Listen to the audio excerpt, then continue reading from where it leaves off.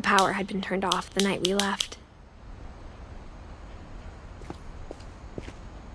For the first time in years, I felt like I was home.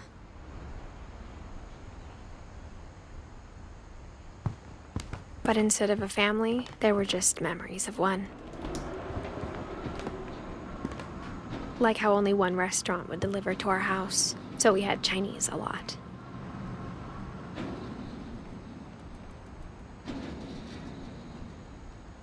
Or how after Louis started working at the cannery, we all got sick of eating salmon. Except our cat, Molly.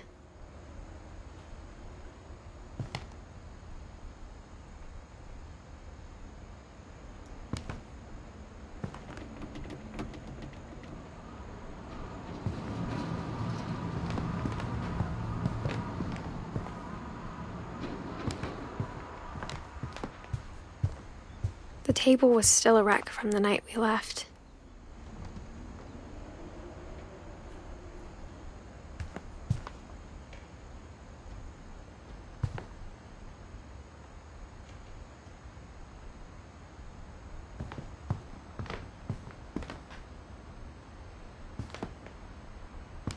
It was like a bomb had gone off, killing everyone but sparing the furniture. My mom was the only one of us who could imagine Great-Grandma Edie living in a nursing home.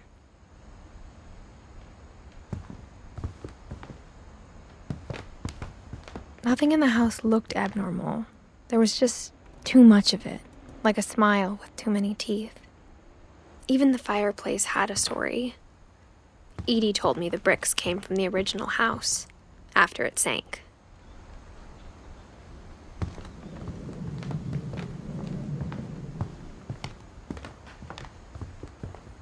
Mom always told me to stay out of the basement, so I wasn't too surprised when the key didn't fit.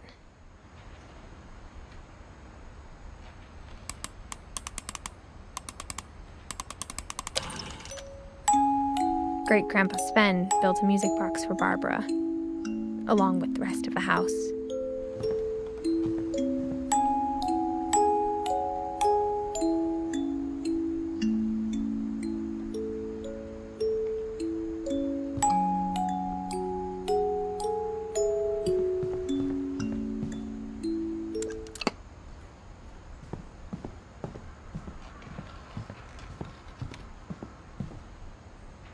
A lot of things got left behind in the whirlwind of that last night.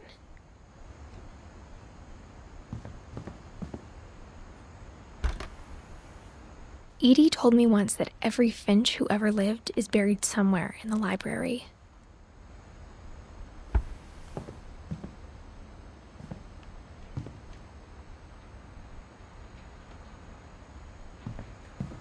My mom wasn't much of an optimist, but she never stopped believing that my brother Milton was alive.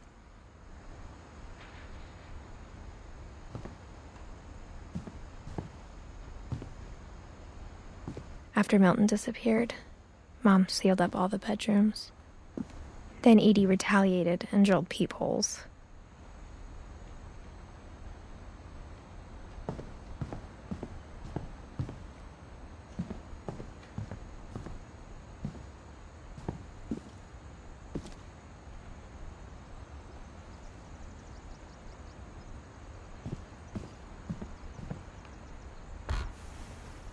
Barbara was a child star for 2 years, until America grew out of it. Edie's father, Odin, built the original house. Whenever people ask me about my family, the first thing they always want to know about is Barbara.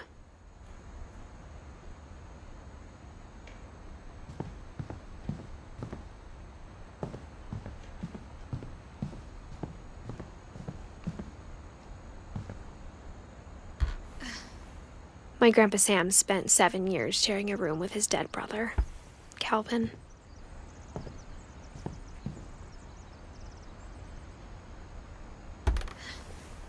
As a kid, I just assumed every house had peepholes and sealed rooms you weren't allowed inside of.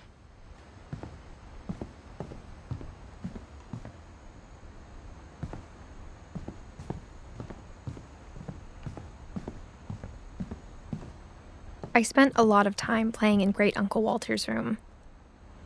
I think my mom sometimes regretted not sealing it up. Lewis told me there were secret passages, but I never believed him.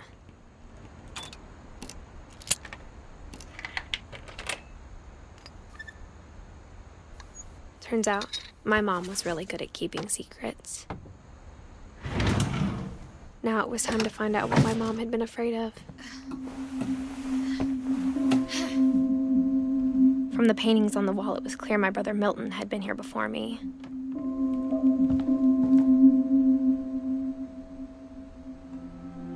Reading this, maybe it sounds like I had a plan, but I had no idea what was behind that door.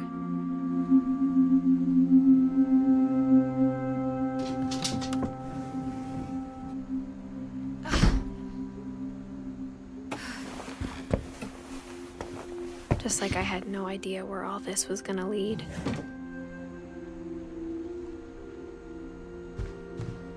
I grew up looking at Molly's room through the peephole. Molly's gerbil had a tiny bedroom with its own even tinier gerbil cage.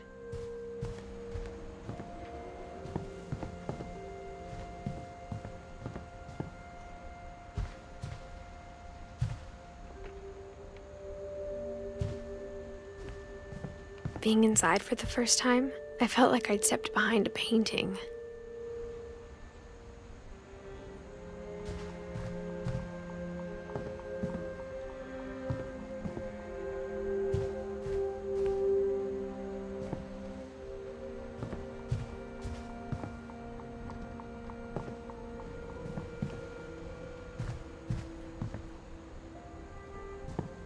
I got the sense Edie had spent a lot of time here.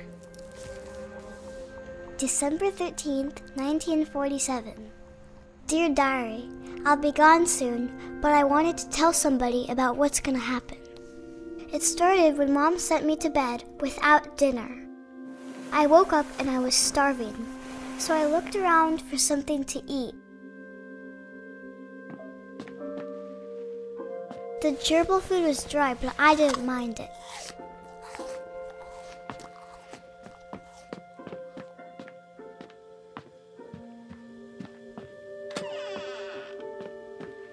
I kept eating and eating.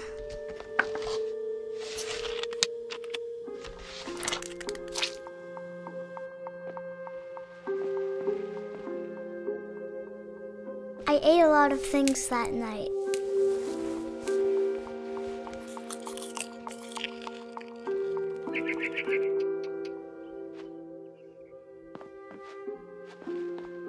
Then I heard chirping outside my window. It was a barn swallow going back to her nest. I reached out for her.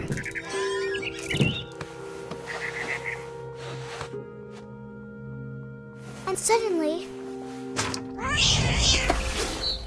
I was a cat.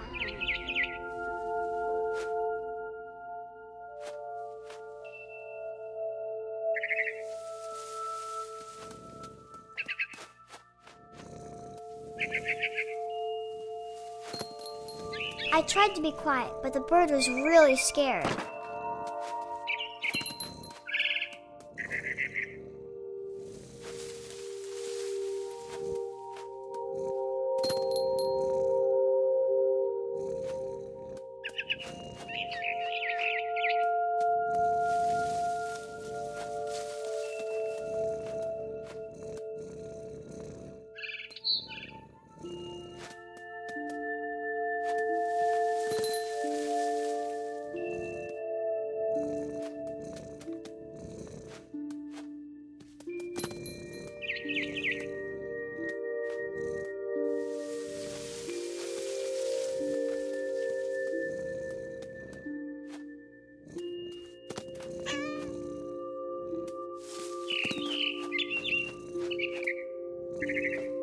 Mom and Dad didn't even look at me.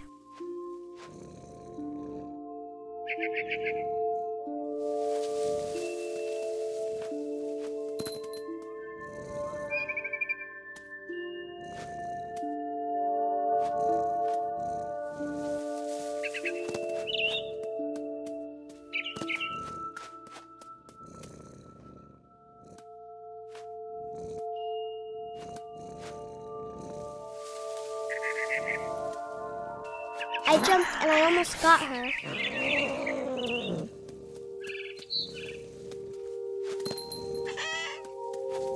I could tell she was getting really tired.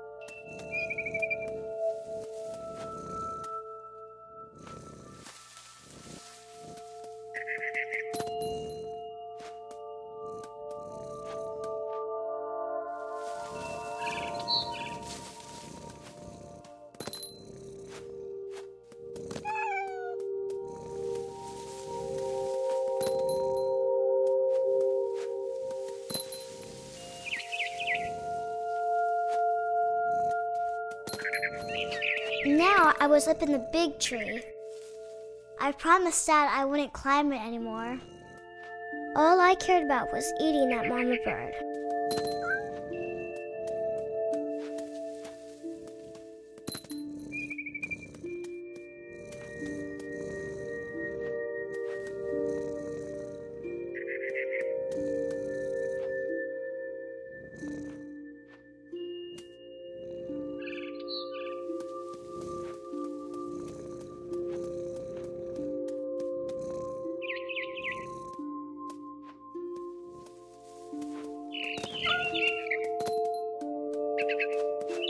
I gobbled her up.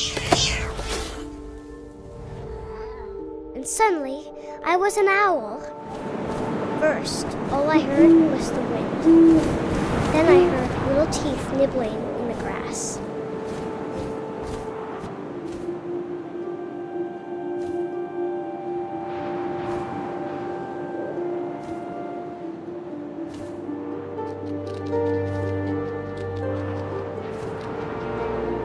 Rabbits.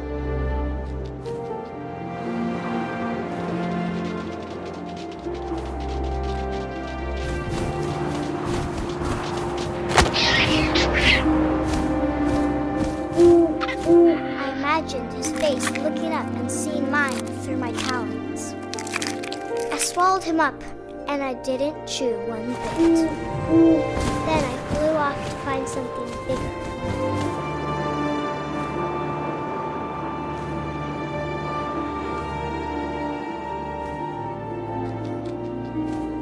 A mama rabbit.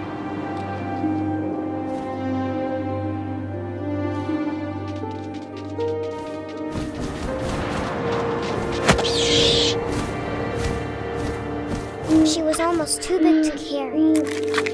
I started choking, but I couldn't stop eating.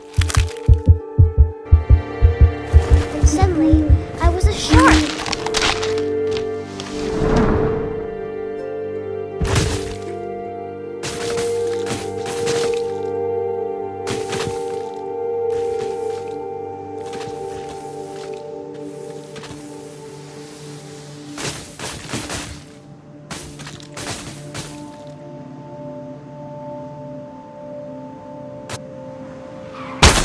I rolled off a cliff and into the ocean. Now, I was hungrier than ever.